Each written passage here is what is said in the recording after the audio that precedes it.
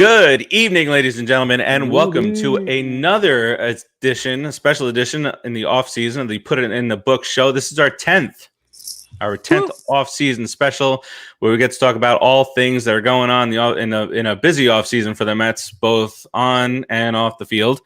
But we'll get to that in a bit. I am Steve, as always, joined by my buddies here. I got Keith. Yo! Right there with his striped shirt. I have glistening, full of static. Yeah. With you see, he's right in front of Shay. You can't see all the snow that has accumulated there. Headed back to the future. My buddy Rodriguez, right down there. Welcome. How's it going? Doing pretty good. All right, and producer Joe is going to join us in just a few minutes. Back there. He's back there somewhere. Yeah, he's behind the glass, like way behind the glass, doing his thing. Way yonder. With a chicken, with a turkey leg in his mouth. Those turkey legs at Disney, man. I don't know. All right. Lot to talk about today. We have a big rundown, and we're finally going to get to our least favorite Mets of all time. So if you're watching us, joining us, get those names ready. I know some people had a tough time. One in particular could not name any least favorite Mets, named all the favorite Mets, and just didn't want to talk about the least favorite, and then came up with a name today. So, but before we get to that, as always, I'm going to hand this over to my buddy Keith to talk about Brooklyn Water. Where to go? See, I'm extending out what I'm saying because I can't find the banner. Brooklyn Water Coffee Roasters. Hit it. .com. BrooklynWaterCoffeeRoasters.com. Brought to you from the finest beans on earth. BrooklynWaterCoffeeRoasters.com. Hand-picked, hand-selected. Only the finest beans are roasted for your pleasure. One thing I love about BrooklynWaterCoffeeRoasters.com, just kind of going off script, but staying on script same time, is all their flavored coffees. I love the Cinnabuzz coffee. It has 50% more caffeine per cup. Delicioso. It is very delicious. I'm a earthy flavor kind of guy. That's why I like chili and things like that. When you were a kid. I ate dirt when I was a kid, worms. And then there's the jacked up cupcake, which is what we like to call our friend Rodriguez over there somewhere. The other way. It's all right. It's also a part of the 50% more caffeine line. It is a high energy, yummy, delicious vanilla flavored coffee. Vanilla cupcake, I think it's modeled after. And you think vanilla cupcake, right? It's got to be really terrible for you, right, Farace? How many calories are in that? 0. Wow, it's amazing. Different taste. Then there's the regular energy line, I guess you would call it, is one of the popular, hands down most popular, is a dark roast dark chocolate. Chocolate, again, terrible for you, right? Delicious. How many calories, Farace? Delicious. Delicioso. Also, 0! Boom! Yeah, because that whisper thing before just didn't work for me. No. That usually excites you. And for us down here in Florida, we also love Winter Wonderland. Because it has been cold down here. Actually, I wrote a letter to Biden and called the White House, and I asked them to send FEMA help. No, for real, we need sweaters and firewood down here. Yeah, so FEMA's going to be delivering sweaters and firewood and hot cocoa for all of us Floridians. And I don't want to hear about you crybabies with your snow. Then there's also the other delicious flavor. It's called Morning Wood. Not what you have, it's what you drink. Morning Wood. I'm not quite sure what the flavors are on that, but it is delicious. And if you're not into flavored coffees, there's medium roast coffee. I think medium roast is actually the top seller. You're asking what Morning Wood tastes like? No, I said I don't remember what flavors they use in it. Okay. Medium roast coffee is, I think that's the top seller, medium roast coffee. It is delicious. If you're not into flavors, you don't have to buy flavor coffee. They have a whole different line of non-flavored coffee. And if you were to go on to the website now, which is BrooklynWaterCoffeeRoasters.com, and buy 2 bags, when you put your third bag in your cart, use the promo code PopCulturePros on your way out the door, and you'll get that third bag free. BrooklynWaterCoffeeRoasters.com, from their roastery to your front door. And the great thing about it is all coffee bags that they send you are guaranteed to Ship within 24 hours of its roast date. Brooklyn Water Coffee Roasters.com. What's up, Frank Torresio? What's going on, Frank? Terzio. What's up? All right, let's get this bad boy going here. Like you said, also, if you know how to spell Yamamoto, you get your third bag free. But you still got to put Pop Culture Pros. You actually got to sit there and just spell it out.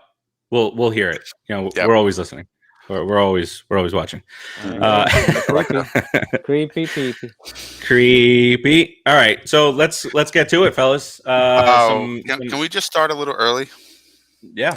I want to just jump right in because I have a special request. Oh, okay. I do have a Fwakata. Yes. And first of all, it's going to be a focus Fwakata, but I just want to say I'm sick and tired of people who use their power to try to manipulate other people, specifically men manipulating women. But it's not just a man-woman thing. I can't stand it.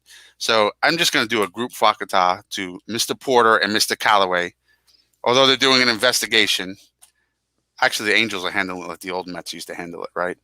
So Porter, Callaway, Fwakata, punk ass. I muted myself. I muted myself. Well done. Muted myself. That was for you, Mrs. Farace. There you go. All right, so we flipped the script there on us. Right. Frank, we'll get to the Trevor Bauer mini conversation in just a little bit. Yeah, absolutely. All right, so you kind of let us in there. I was going to start a different way, but let's get to it. Mickey Callaway's a douche, allegedly, and the only reason that we're saying allegedly is because he, unlike Porter, he's denying it, and he's saying he didn't do anything inappropriate, and the Angels have only suspended him, even though we've seen that. Another difference here is that we were able to see the pictures this time, as we the Porter pictures didn't circulate. I didn't want to see it either. Come on. We saw Callaway. If that was the most inappropriate, that's much better than some. But the harassing and that kind of stuff is what is the big thing here. Promising, stories for, spending time, blah, blah, blah. So it like Keith said, and Frank kind of also said, this was, it happened in the Wilpons when he got hired here. The article also mentioned that in the summer of 2018, the Mets did some type of an investigation into something that happened. So there is a lot of differences between the Porter thing, where the Mets had no knowledge, nothing. This particular situation might have a little bit of Mets involved in the end. So this might leave more of a mark on us than Porter. But what do you guys think about this situation? Obviously, we're glad that we fired him now. But what do you think about that? There is a potential for this to come back and kind of bite us, even though the manager at the time, which is the accused, and the general manager is now gone also. So what do you guys thought? Dave, welcome to the show, by the way.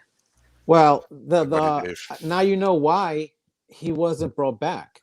If they did an investigation on him, I mean, that would not have sat well with them thinking about bringing him back, and that's something we were not privy to. Remember, we used to think about, why bring him back? Why not bring him back? We were a little bit torn, but they have this information, and this information, of course, if it was in our hands, we would have been like, okay, get rid of this guy. This guy's just going to be trouble. But they had this information, so I guess they knew what they were doing eventually at the end of the day, somehow, some way. They said they investigated it. I guess we'll wait for the news to break and see what comes from that, or what they did with that investigation, or how they deduced to keep him or let him go.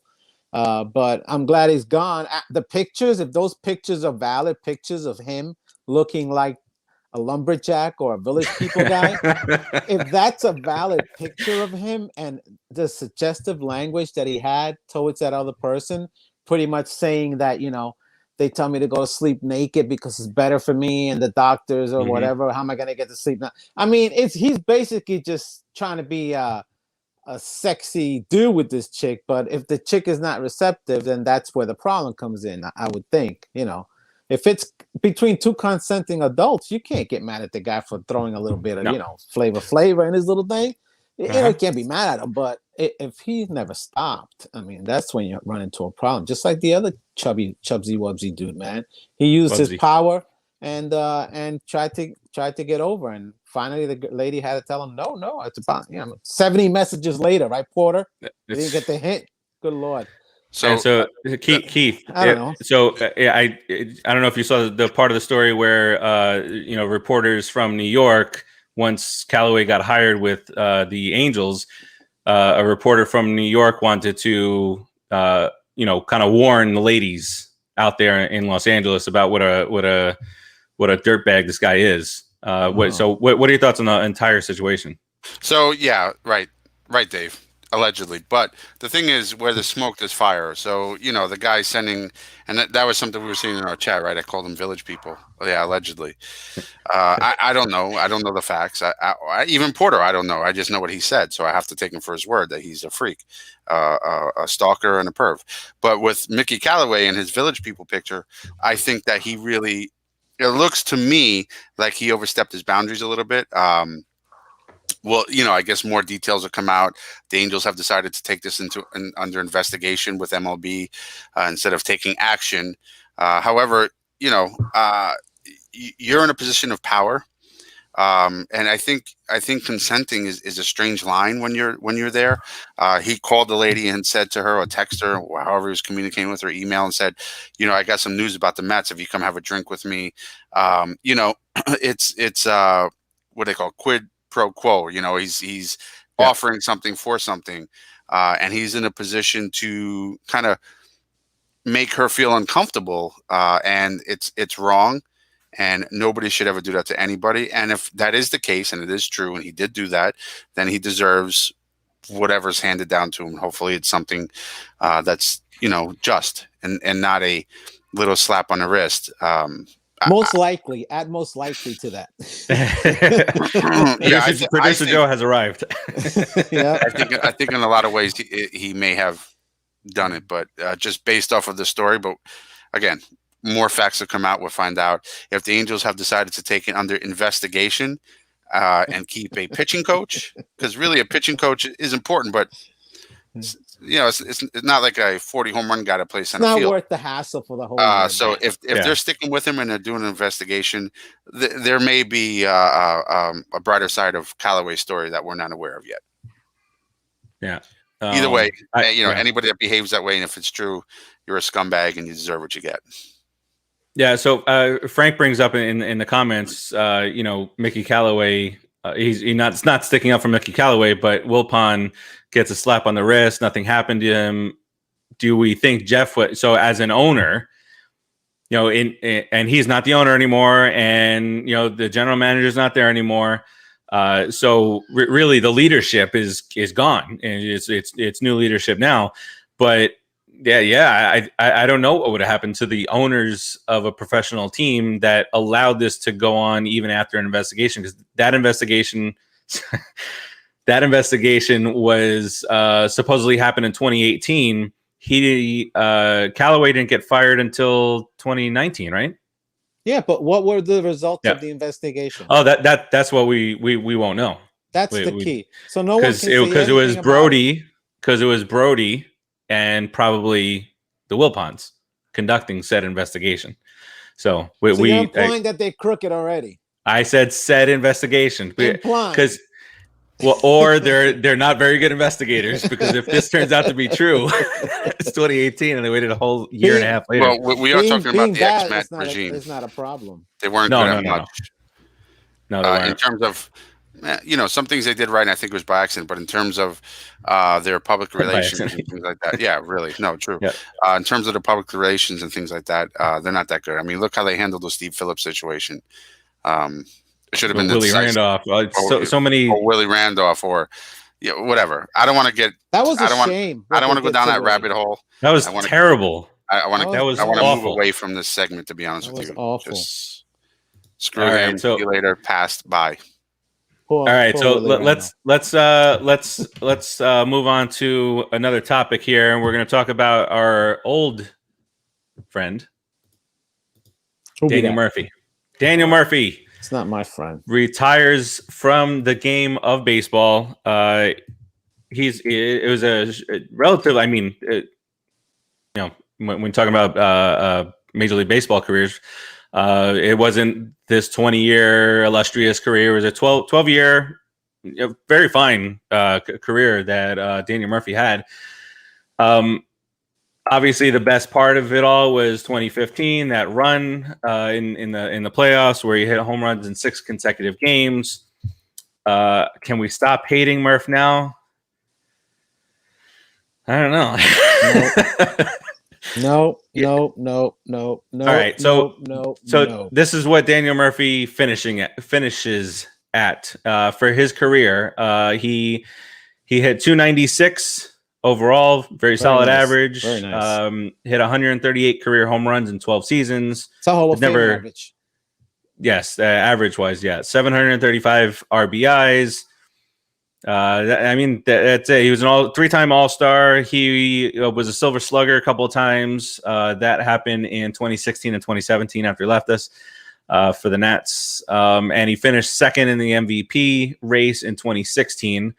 For the Mets, he was a 288 hitter, hit 62 home runs in 903 games. And then when he went to the Nats, he hit 329, 54 home runs in 3 years, whereas he hit 62 home runs in 7 years for us. Then he moved on to Colorado, where his average and home runs dipped. That's weird. And then he played Chicago for that one season. Colorado, in his final year, he hit 236 in the shortened season, 40 games, 3 home runs, 16 RBIs. We all say what we do say about Daniel Murphy. There he is. But that was just a phenomenal run. And you can kind of say the same type of thing about Cespedes. These two will forever be linked as catalysts for that 2015 postseason. Don't compare the two. Okay, I won't. No, you can't. Not even Of course close. you can. No, you can't. Why not? You can compare anything. You compare, Yeah. right? But I'm just saying, they're not in the same league. They were in the same league. Daniel Murphy was a Met. Cespedes was a Met for a year, then milked us for a ton of money several other years. I don't understand all the hate for Daniel Murphy. When he was at the Nationals, I hate him because he's so competitive, but he loved the Mets. It was hard. He wanted to stay with the Mets, and that run he had in 2015 in the playoffs and World Series. Well, not so much World Series, but in the playoffs, he was the reason, pretty much, a lot of the reason why we were even in the playoffs. So, Cespedes was the reason why we were in the playoffs. Come on, Murphy was the reason we got to the World Series. Excuse me, you're right. And Cespedes. That's a fair point. Murphy is a huge part of the reason why, along with the pitching staff, we even got to the World Series. Yeah, and then he also made the error. When he's super competitive, and when he got to the and again, this is another victim of the Wilpon era. They shit on him and didn't honor what he did for us. He went over there, did really well for 2 years. And he's super competitive, and he rubbed it in our face, and I hated him for that. But once he went to Colorado, that's gone. The guy has a good history with us. He was a good Met while he was with us, and I hope he has a good retirement. And he has a 5-year hatred window for me after his retirement. I get to hate his ass for being against. That's your prerogative. I That's get it. my window. I get it, Rodriguez. That's what I'm saying. That's my 5-year window, and then I let it go. Okay. Because of my competitive nature. So and it's 100%. So we've hated Murphy longer than we've hated Cespedes. Yeah, absolutely. No, I've hated Cespedes more. I've hated Cespedes since the start of 2017. It was all down. I don't recall that at all. I don't recall you saying that ever before. No, because I was hopeful since we opened up the Wells Fargo truck to him that he would come back and do well. And then it was like, he stepped in a bear trap and. That's when I started hating him. On a cactus plant or something. After what he did after the heel surgery. Stupid. Stupidity. It reminds me of the old Warner Brothers cartoon when what a heel, and the guy would turn into a big heel. Yeah, double heel. Double heel. Good luck in All your right. retirement, Murphy. You suck. Yeah, and then obviously he killed us when he went to the Nationals, Yeah. hitting like 712 against us. I don't know why no one knocked his ass down. Somebody should have just knocked him down. Oh, I absolutely hated him when he was at the Nationals. But once he left the Nationals, and then he just went downhill and it was whatever. I don't. Just beat He him. had a wrist injury or something or other, and Terrible thing to say, but so he played for two teams that we hate after that. So that he went to Colorado, less hate, and just kind of like, haha, you play in Colorado. yeah, now. and that's true though, Keith. That's true because in Colorado, it definitely hated him a lot less. But as a national, oh man. oh And no, a I Cub. loathe him. Yeah, I'm with you. I The Cub wanted him not- to Cub break his not ankle. as much. As a national, man, But I despised him. it's also his anger also is part of the Wilpon era. Agree. That's also why I have a little bit more. I'm a little lighter on him. So is because Cespedes. Cespedes didn't perform. Murphy did. Murphy tried to be on the field as often as possible. Cespedes, stubbed his pinky toe, and it ended up being a leg surgery where he had to replace his neck. We would love to have Murphy as a DH. Keep him off the field though, Murphy. Yeah. Keep that guy off the field. I don't want to relive the grounders. All right. So his Buckner moment. So let's call his career at the end of our segment. Later, Murphy. He had a solid career, and he's retiring at the age of 35. So isn't he a homophobe? He did have some things to say. He's got some personal things that are a little that I don't agree with 100%, but I'm talking about his on-field performance. We can do that about every player, talk about their off-field thing, and I hate them all. For that, we should never get Bauer, and we can start picking apart a bunch of people. Why can't we get Bauer? Because the guy is also a jerk. He has a history of bad Twitter problems, demeaning women, throwing balls in the center field. We can go on about Bauer too.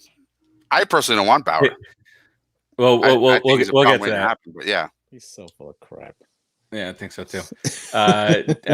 Dave says Cespedes should have worn a ski mask when he was at the plate. Thievery, excellent. Yep. That's very, very well done, sir. He is. And then Frank Terzio says, not for nothing, but Murphy was our best second baseman we ever had. He wasn't a great fielder. Frank, thanks. I love you always here, bro. But come on, are you forgetting about a guy named Fonzie? Fonzie. Come on, bro. Come on. Little Fonzie. Are you kidding me? All right, let's move it along. Let's move it along from Murph. But agreed with producer Joe when he put up never forgive Cespedes. We got a new name for him there. Cespedes. Right. Yeah, I like it. All right. All right. We went through all that stuff. All right. Let's get to Jordan Yamamoto. Ooh. For just a moment here. The Mets continue to add depth. And so Yamamoto. I would say Yamamoto. So he comes over from the Marlins, actually, and Mama. He's got some solid stuff, right? Rodriguez. My only concern is that, and I'm sure it's fine by now. He had that forearm injury at the end of 2019. His 2020, which we say, for the most part, just kind of forget about that. Mm-hmm. He had a rough 2020, but he was coming off that forearm injury, and his fastball was down 2 to 3 miles per hour. Gave up like 8 home runs in 11 innings, and was just a mess. But now you're almost 2 years removed from the injury. Now I think we could look at it from a different perspective and look at the 2019 version of him a little bit more.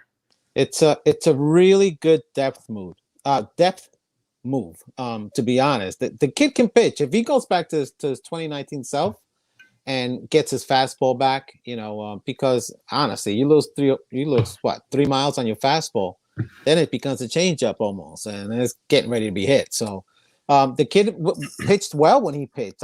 He pitched against us. Didn't he pitch against us? I thought he pitched well. I thought he's a very young scrub pitcher pitches great against us. Well, I'm not going to. But he pitched during the season. He pitched to other teams too, not just us. To the tune of a 4.46 ERA. 19 in 2019. Yeah, with a 4.5 ERA, 78 innings. Yeah, I but mean, listen, he's young, but he's super young. Sometimes the ERA is not the point, though, Keith. Is you got to watch the guy pitch. You know, It's what stuff he has. Yeah, and he's super 25 young. years old. Yeah, 25 years old, could throw. Could be I see him as a loogie type of clone right now. I don't know if he's a full-time starter. I'd have to see him more. No, I think he needs to start in AAA. But well, that's probably where he's going to be at. He's going to be right up the road in Syracuse, where an injury. Hopefully we don't. Hopefully we don't need him. Hopefully we can bring him in to pitch. I want to see him pitch. I think he's pretty good. He'll probably be in spring. I mean, he's super young. You know, you put him in AAA, let him own his skills, and I think for sure he'll be in spring. To your point, Keith. Well, he's going to try and make the team. He's not he's 25. The AAA. He doesn't have many years left in the minors. To be honest, I wouldn't want him with any Met uniform if he didn't try to make the team either. You know what I mean, bro? I think he's going to be AAA, and he might be something good. Like you said, he's got good stuff, and he's going to be 25. A lot of pitchers we need that depth. Yeah, absolutely. A lot of pitchers don't start pitching well until they're almost late 20s, 28, 29. You know, we're fortunate that we have some young studs that came up through our system, but not everybody's that way. A lot of pitchers in their mid to late 20s start pitching well, and they start really understanding what their stuff can do and how to throw it and when to throw it. Yeah, and Jem. How could he not be a loogie? He can still be a loogie. What are you talking about? He's saying one's a lefty, one's a righty. No, Lugo's also a righty. Lugo's a righty. Yeah. Lugo's not that talented. He's not ambidextrous. Not that I know. Not that I know of now. That we've heard. Quick change of subject. Who was that pitcher? Was ambidextrous, and he had the ambidextrous glove. Yeah, I can't think of his name, but yeah, he pitched for Seattle or something. Yeah, Seattle. Timmy, what's up, man? Thanks. Good show. Wishes. Frank brings up a good point, and I mean, you and Frank, Keith, seem to be on the same page with things here. Do we think that they would even now entertain Bauer with his potential Twitter issues or what have you, based off of one GM after another and a former manager having some issues? But let's go into that, because the Mets are still looking to add more. They're still associated with Bauer, Odorizzi, now Jake Arrieta. Is somebody who worked out for teams. And then they're also still monitoring the Jackie Bradley Jr. situation. So, it is February 3rd. Pitchers and catchers, depending on what's going on with the negotiation between baseball and Players Association. Are we going to start on time? What's going to happen? Is there going to be a delay? Whatever. But we're about 2 weeks away from spring training starting, which brings a smile to my face. Giddy little smile. And there's still tons of relievers, still tons of players still out there unsigned. So, the Mets are not done. So let's do this. Out of the four players that I just mentioned that the Mets are connected to, and the list might be 20 long, but the four main ones that they're connected to: Bauer, Odorizzi, Arrieta, and Jackie Bradley Jr. In what order would you want the Mets to get these guys? Bauer, Odorizzi, Arrieta, Jackie Bradley. Did I just mention it in that order? That's the order. I don't know. That's the order for me. Okay. Keith, I think you're going to switch up your order a little bit. Yeah, because we're only focusing on those four, because my priorities, if I was magical GM, are way different. But I would like to see something different, like who would you say now? Odorizzi, Bauer, JBJ, and Arrieta. I would love to see. That's a hard bubble for me, because I don't agree with all those players. I would love to see I guess we'll start with a Odorizzi and maybe a Jackie Bradley Jr. for the right price, and then Bauer and Arriola. For me, I think it is in that order. I might swap Bradley with Arrieta. Bauer, Odorizzi, Bradley, Arrieta. Just because I don't think the Mets are going to go out and grab all three of those pitchers. And Jackie Bradley Jr., great defense. Whatever offense we got out of him would be fine. But I'm still all in for getting Bauer at the right price and at the right years. At the right price and years. He's a talent, man. He's a talent. The Mets may be shy a little bit, and it's valid to be shy because of the recent things that have happened with them. His ask is ridiculous, though. However, he is an excellent pitcher. He's not what he's asking for. Somebody on our squad once said to me, and I wanted to slap his face, market dictates the price. And I hate that guy. I'd smack him right now if I had. And he was right. That guy was right. It happens. So that's what sometimes happens. So we have an offer. Suck it up. We have an offer on the table. Did you just semi-agree with that guy? No, I did not. You said that happens. I semi disagreed. Just to throw the mystery out the window, Farace's that guy. But absolutely. What if we get him for the right price, I'm all for it because I don't think he's a bad pitcher. I just don't think he's the pitcher that we're going to spend, our fortune on. I would prefer to see other things happen, which is going off topic. So I won't do that. You should congratulate me. But from what I understand, we have an offer on the table. Congratulate him for doing what he's supposed to do. And a lot of people are saying that it's in Bauer's court right now, and there's really not a lot of other offers on the table. So we may get him on the cheap. And we mentioned this in the last show. And if you didn't watch the last show, shame on you. You should go back and watch it and make sure you tune into every show. But the last show we mentioned that there was an offer out there for not the same money DeGrom's making, but it would be like 2 years and then like 3 more years, all opt-outs, player option or something like that. And I'm fine with that because, well, maybe not player option, player and team option would be good because your first 2 years, you stink it up. I don't want to keep you on the team, throw you off. Yeah. We could take that money and dump it back into free agency or our own team. I don't give a rat's ass how they figure out the contract. Sign the guy. He can play. If you don't sign him, bring Odorizzi in and then find what's his name? Rodriguez is going to get Odorizzi's name right one of these days. Never going to happen. And that's last I saw it was it's the Mets and it's the Dodgers, and the Dodgers might, both teams would go over the luxury tax with a Bauer signing, and you can't lose to the Dodgers. You can't start off losing to the Dodgers. Right. So the rumor is that Dodgers don't want to do that. So to Keith's point, either Bauer then takes whatever the Mets offer, or he sits out. And I thought if you're going to pull a Latrell Sprewell, they're still hanging around. They're still hanging around. I mean, you're not going to pull a Latrell Sprewell and say, I can't feed my kids and my family at $35 million. Honest, Bauer is not DeGrom. He cannot sit on his talent. He has to sit on his performance that he had in 2 years of his career. He doesn't know. None of us know if he's going to continue that. I know DeGrom's going to be great this year because he's always been great. Who cares? Bauer has not always been great. Don't you dare jinx anything, Keith. That's not the point. That's not the point. We got DeGrom signed already. Who cares? He's ours. We got to worry about getting another guy to help us. For 6 years and then have a $30 million. We don't care anymore. Remember, we're filthy rich. Right. We're rich. We don't know what they're planning on spending. We don't know if they don't care about salary cap. So as a fan, until then, and I want to care about my team having consistent good players, I care. I'm signing them.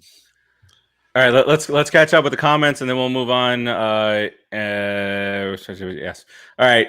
So Terzio says he would sign Jake. Ted Zadzio says Odorizzi, Bradley, Arrieta, and Bauer. In that order. There's a very wise man who once said, we sign players for expectation, not for what they did in 2017. And that man is Jem. Just saying. Yeah, but how do you know? What do you mean? Do you 2017? Know? Because he had a 1 year, good year in 2017. Last year, 60 games. Come on. Who had Bauer? Hold on a second. First of all, that I don't agree with that at all. you sign them for everything. You sign them for what they've done and what you expect them to do. What's his name? And Tatis. That's a good example. That they're basing it off of 1 year, and they're wanting to sign him for a 10-year deal. They're projecting him.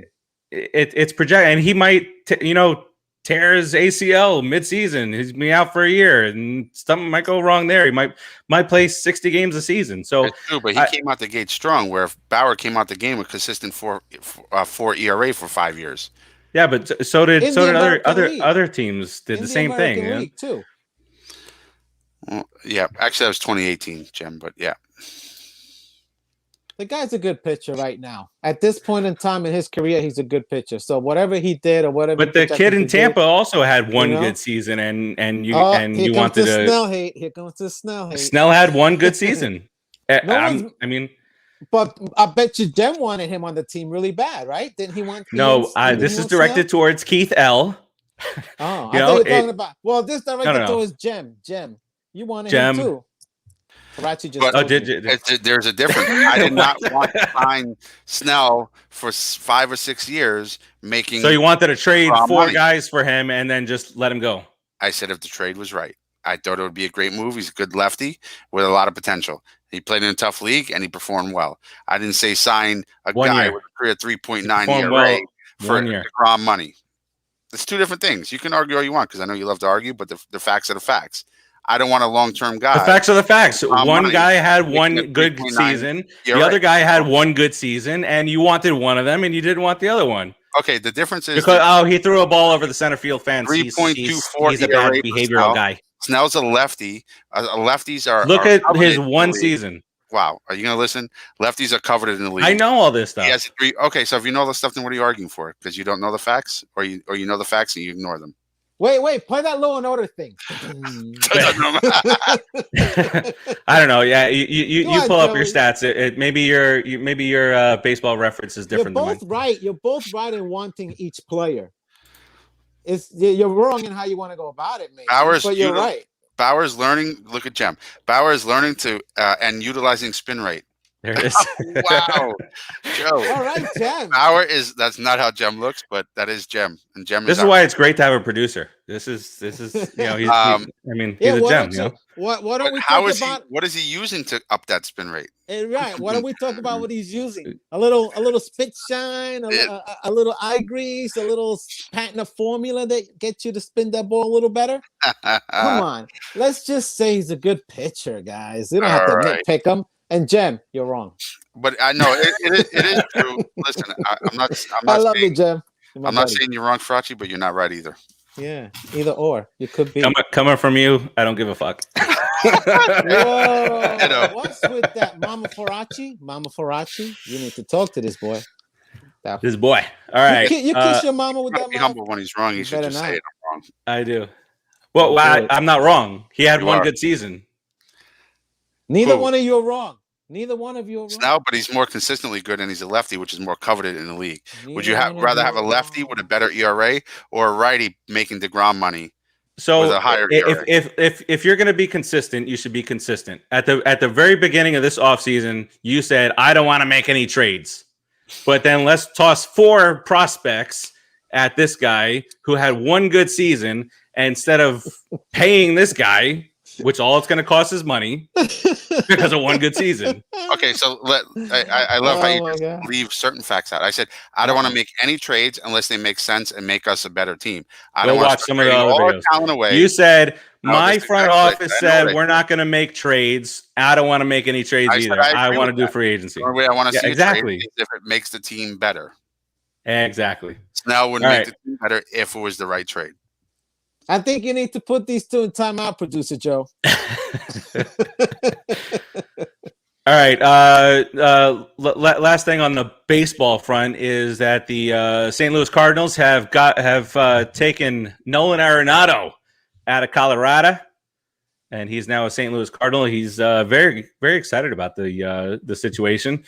So there goes one trade prospect away from us. So. We can't have every player on the top 10, can we? Goldschmidt and and Arenado, great cornerstones to that team, corner fielders. All right, let's do this thing. We've been teasing this for a couple of weeks as we talk about. Oof, got to warn us about that, producer Joe. We are going to talk about the least favorite New York Metropolitans of all time. So all of you guys in the chat, just start throwing names at us because we're kind of do the same.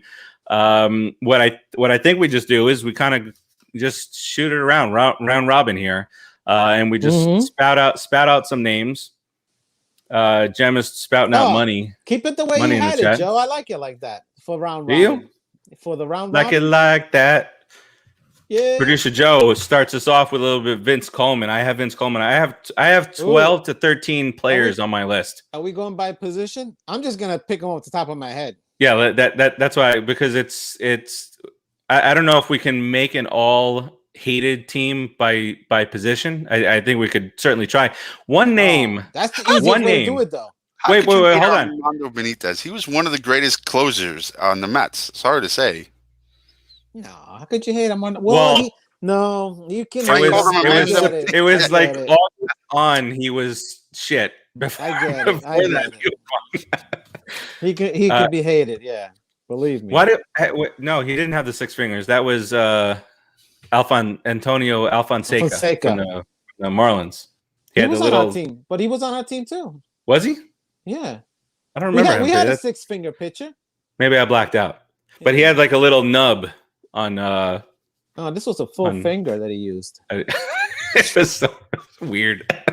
All right, you know, so spoiler, like Kevin McReynolds is not on my list. But there was I was doing a little bit of research before the show, and there were quite a number of Mets fans that hated Kevin McReynolds. Because he was surly to the media. He was like a, lunch pail type of guy. Wasn't into the whole thing. Just go back and forth, back and do his job. He was boring.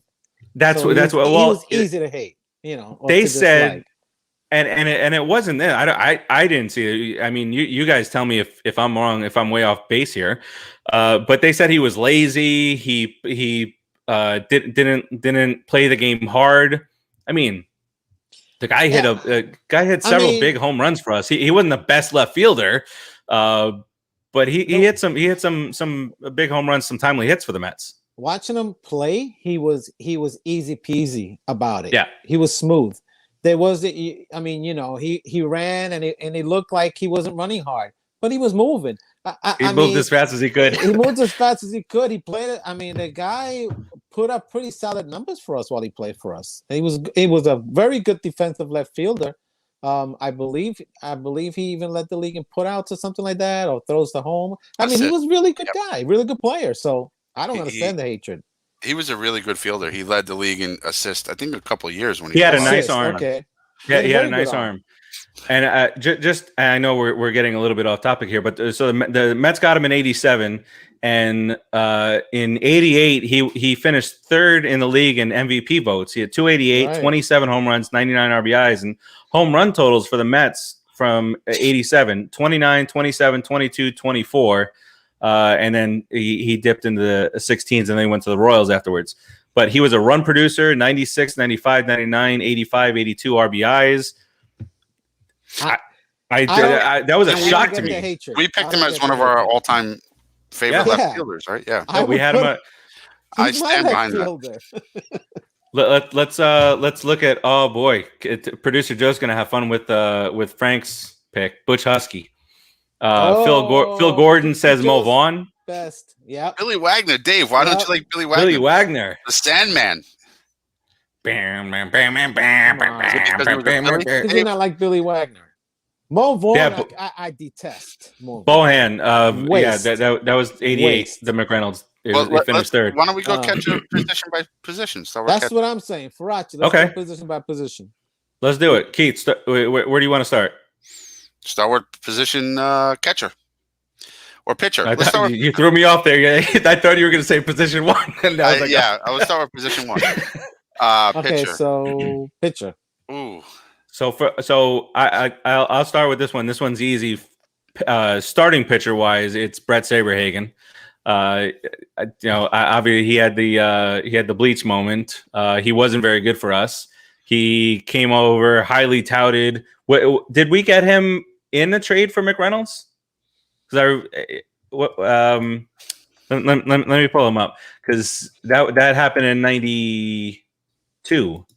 The trade, and Saberhagen was at the end of his career when we got him. Saberhagen, so I think that was it. So Saberhagen came to the Mets in '92, and promptly went 3-5, 7-7, 14-4 in the shortened season, and then he was 95. He was 5-5, and we traded him to Colorado. That was the end. Yeah, he was done after he came to us. He was really good. 85, 86 in those eras. Oh yeah, 7. I mean, it was fantastic. But after we did it like we always do. We trade for an old freaking superstar, So, yeah, my pitcher, Glavine. My starting pitcher, my most hated Mets pitcher of all time, Glavine. He's on my list too. Especially after the last thing he says, he basically is like, it's just a game. I mean, wasn't that big a deal. I mean, Glavine, just go back to Atlanta, you piece of. In a taxi, you toothless jerk. Yeah. Glavine was my number 2. Sorry. Glavine was my number 2. My number 1 has to be Kenny Rogers. I mean, I was gonna say him, Keith. That was my other guy. If I didn't say Glavine, Rogers. And then he went and cheated with the with the Tigers.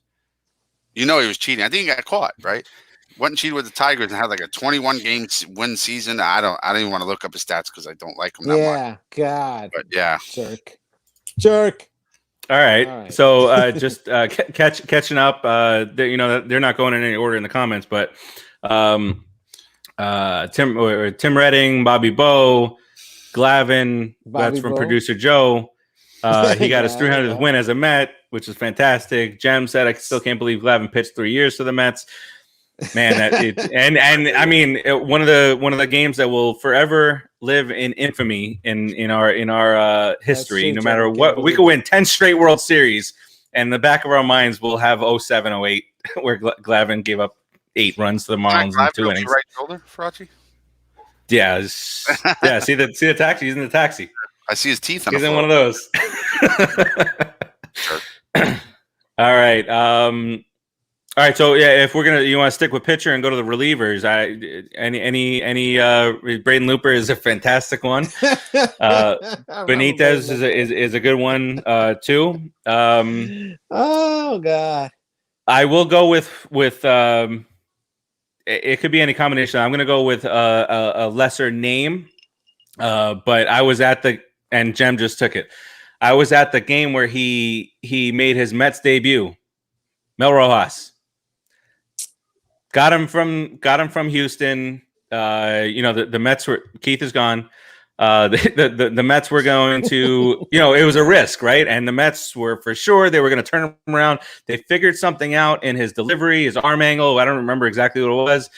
He comes in a big situation, 7th or 8th inning, and he promptly gives up a 3-run shot to Jeff Bagwell, like 7 miles over the left center field wall at Shea.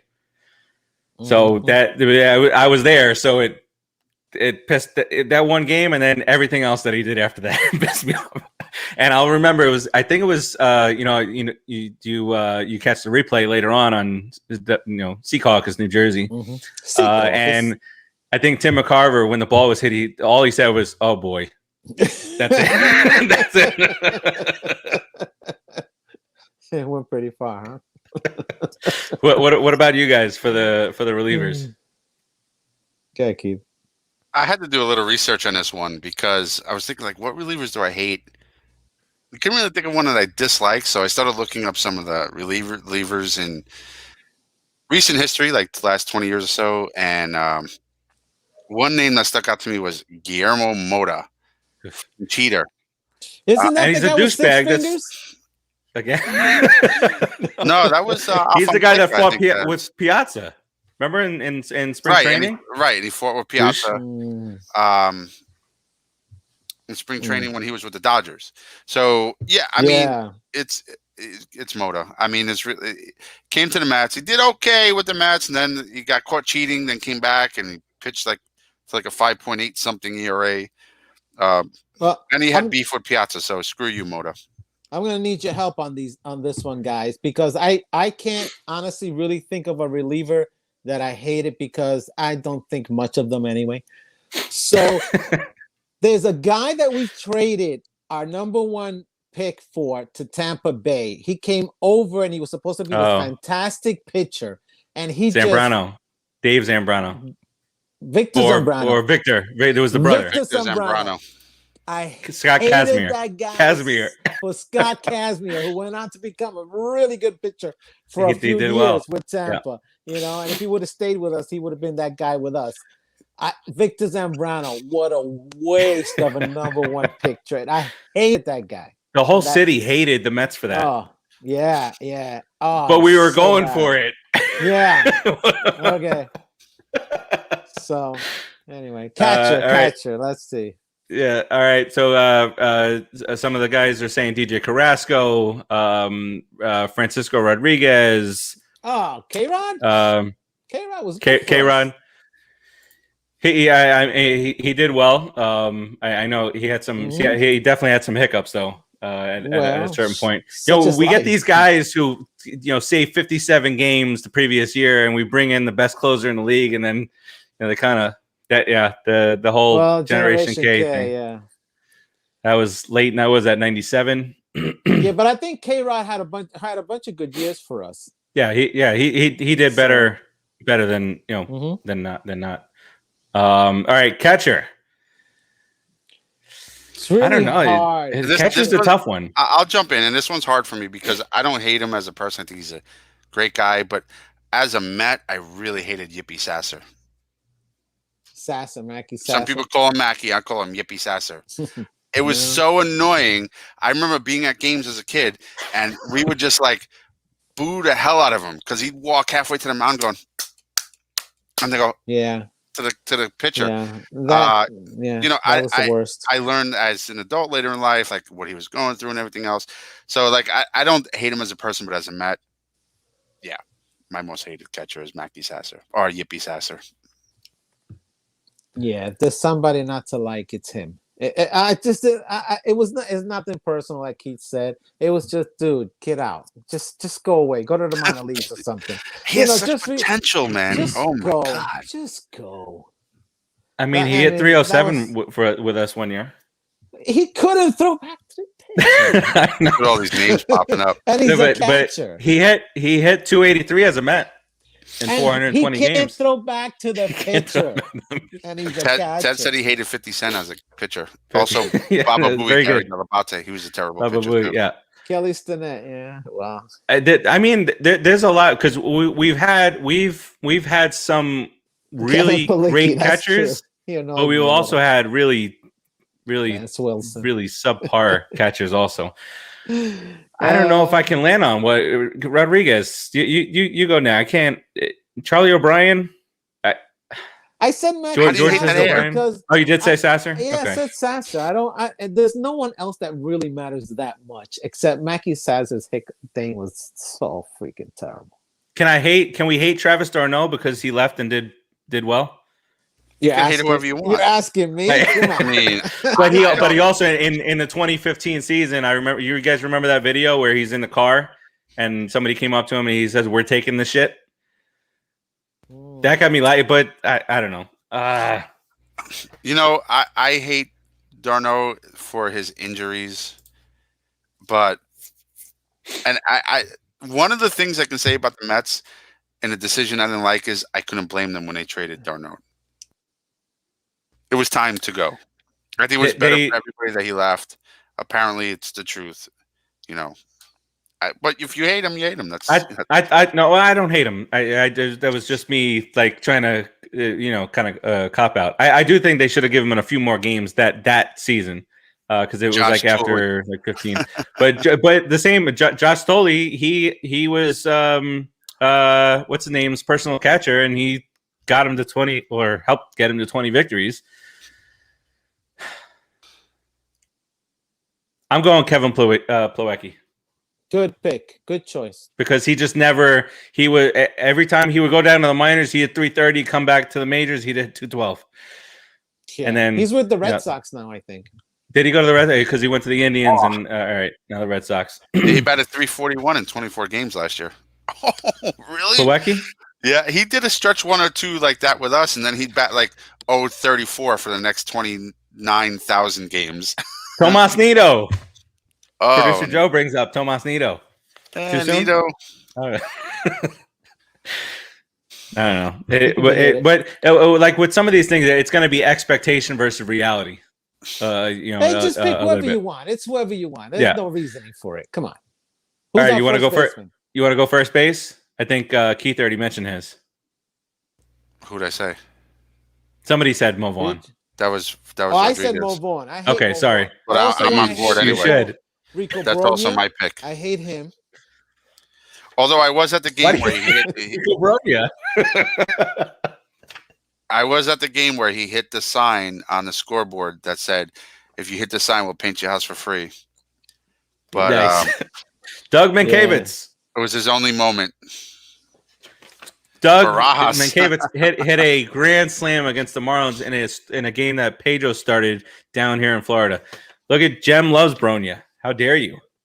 Brogna can't be hated. What did you hate him for? I just hate him because everybody seems to love him for some reason.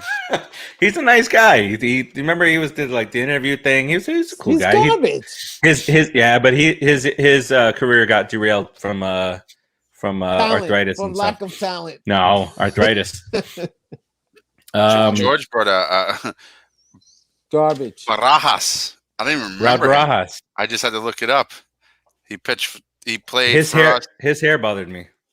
74 games in 2010, and he sucked. Yeah. So who you got? That's it. Me? Yeah, you. Keith I got Mo Vaughn. His. I got Mo Vaun. Oh, it's a sweep. So it's a sweep. Mo Vaun. Hatred. No. 100. Back to Boston, you big jerk. Such a waste of our money, man. We didn't have what? Well, I mean, you could have also said Ike Davis. You could have said. No, you can't hit Ike Davis. Nah, why not? Ike Davis. He just got a 190. Couldn't see. He hit 30 home couldn't runs. See. Yeah, he couldn't see.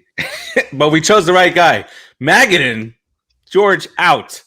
Who said Magadan? Can't hate Dave Magadan, George. George, you hate Dave Magadan. Producer Joe says Marv Throneberry played 100 games at first in 62. Oh no, I got one for second base. Who would have guessed that we have so much fun picking our least favorite Mets of all time? We should stop here and pick up next week. Hey, Mom. Oh wow. Second base. Second base. Oh, you want me to go? Retired. Yes. Who? Keith. Go ahead. Keith, go ahead. Oh, it was tough for me between Castillo and Baerga, but I went with Baerga. Hated it. I could have gone with 3, and Jem says Kaz there. I could have gone with Castillo, jerk. I could have gone with Baerga, and I could have gone with Jeff Kent because Jeff Kent Met had just a horrible attitude. He was, he never wanted to do anything. He severely underperformed, and then he goes to Cleveland and with this guy, in the Baerga trade, starts injecting himself and does well there. But yeah, Jeff Kent as a Met was a jerk. Baerga, definitely Baerga. If you see him now, he looks like a baseball. The Hall of Famer, the spitter, Alomar. Okay, that's another guy. I have him on my list too. Wasted our lives. Wasted a lot of second basemen. I got one for you. Go ahead. Not Keith Miller. George is coming out with he did play second base for a little bit. George, me and you, I got Keith Miller's autograph. He hit a home run that game. Keith Miller should have been in the minor leagues anyway. He should never played in the majors. How about Scrub. Robinson Cano?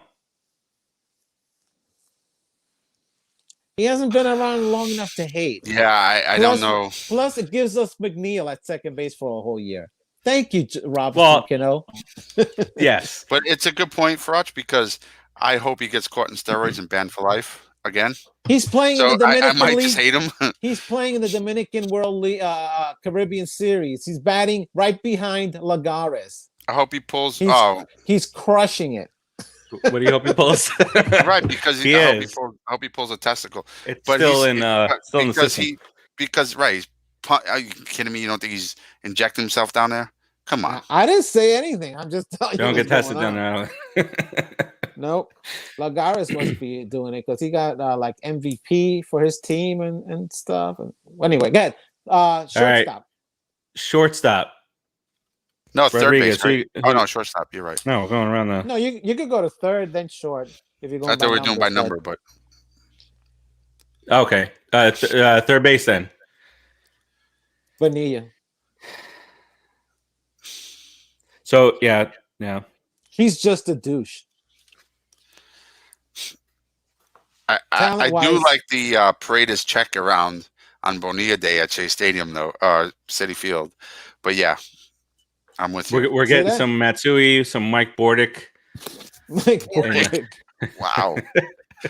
How do you beat Bonilla, though? Mike Bordick's good, though. How do you beat Bonilla? But Bonilla's a villain. Bonilla's a true villain. Bonilla also he played third base and his first stint he played right field, then he played third base. He could be the most hated third baseman and right fielder. But remember, Bonilla, the reason why we still have Bonilla attached to us is again the Wilpons. It doesn't make fantastic job. Yeah. Bobby Bo. All right, so Bobby Bo will do as the third baseman. Gets a clean sweep. Wow, nice job, Bobby Bo being hated. Shortstop. I did not have a shortstop on my list. Really? Wow. But most hated shortstop. We've had so many crappy ones. But we have Keith. Is it Tanada? Yeah, we grew up in an age where if you bat 220 at shortstop, but you can feel the hell out of the ball, then you're good. Then we changed that a little bit, kind of like A-Rod, Jeter, and Lindor and things like that. Changed that outlook a little bit, and I got to be honest, Tejada, or who I like to call Denada, might be my most hated. Is my most hated for a number of reasons. I won't get into all of them, but he, Tavares. Oh wow! I remember Frank Tavares. I agree. I'm sorry, Keith. Tavares played 371 games at short. George and I were at the game. We sat upper deck, and this fan yelled out Bobby Bo, his first at bat as a Met, and George and I are convinced that is the reason why it all went downhill, because there's one fan.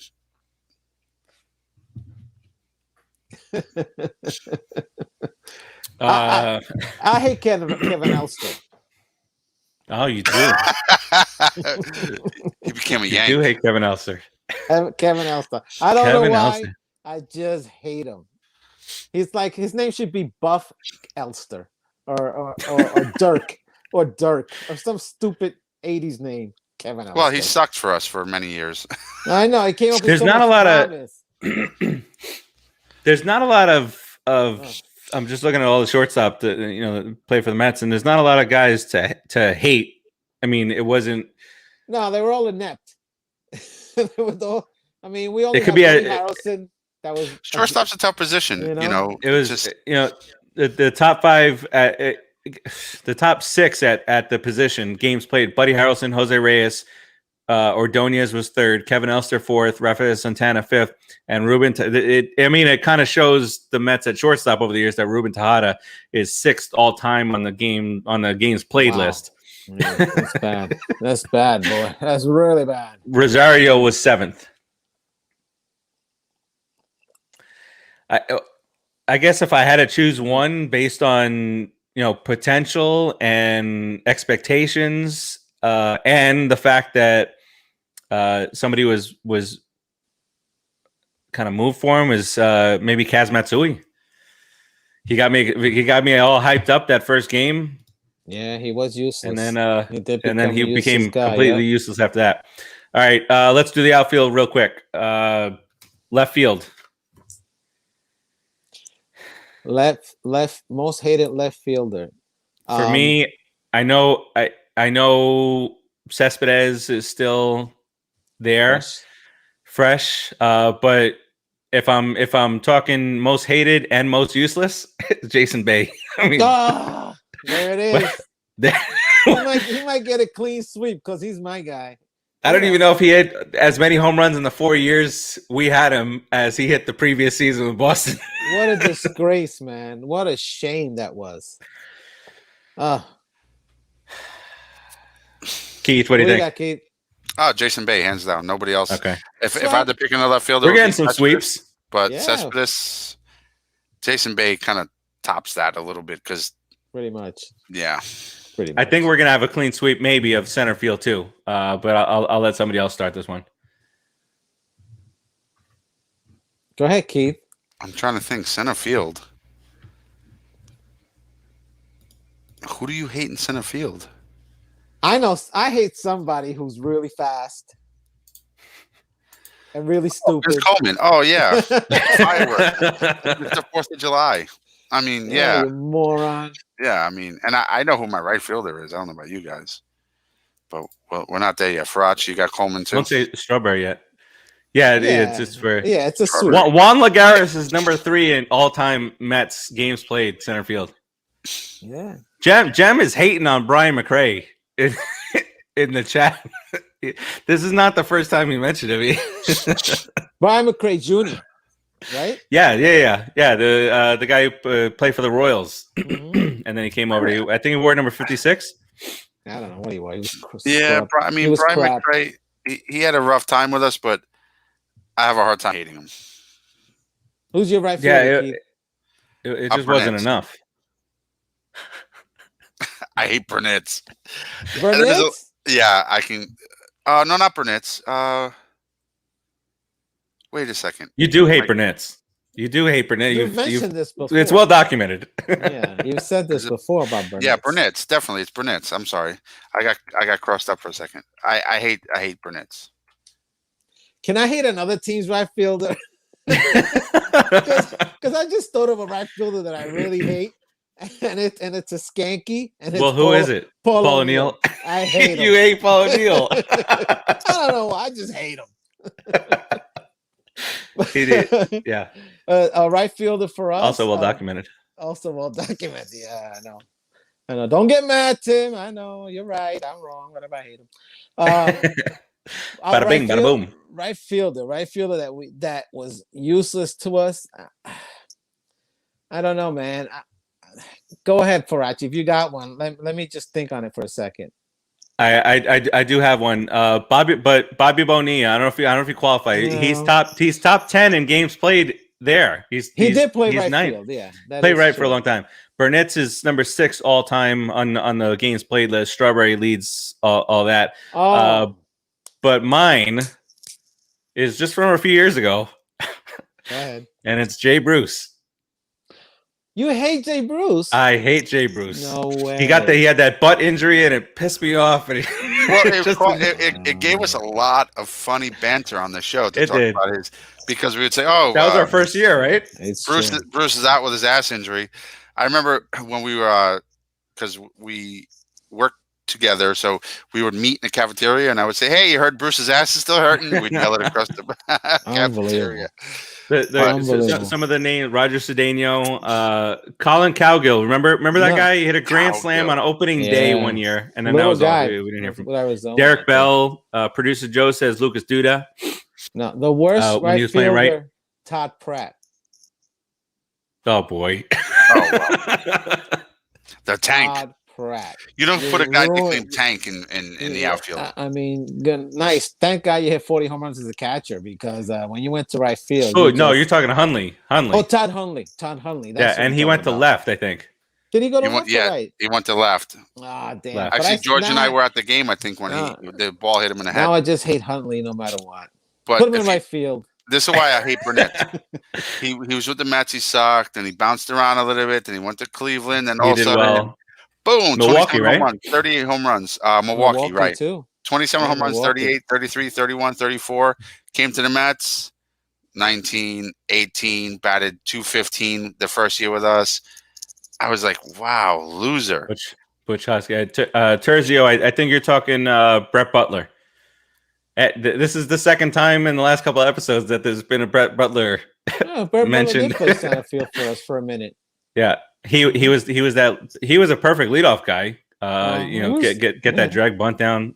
Jem talking about Carl Everett. He was a head case, but he was super talented. So my other ones that I didn't mention. Oliver Perez. I had him on my list. Just when we just talking when I just wrote down names, and then because of the trade, I have Jim Fregosi on there. Good Lord! And all the douchebags we got back from the Tom Seaver deal. Your least favorite manager. Quick. Ooh.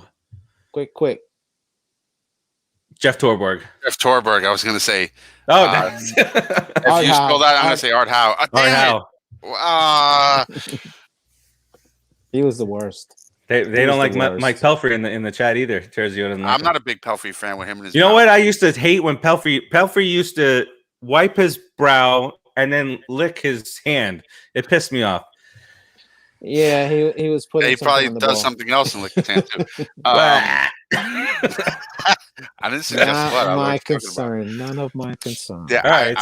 Listen, we hate a lot of the same people. Yeah, that's why we get along. Torborg. Worst owners, I think there's only one choice. Zazio. I don't know who owned them in the 70s because they were pretty bad.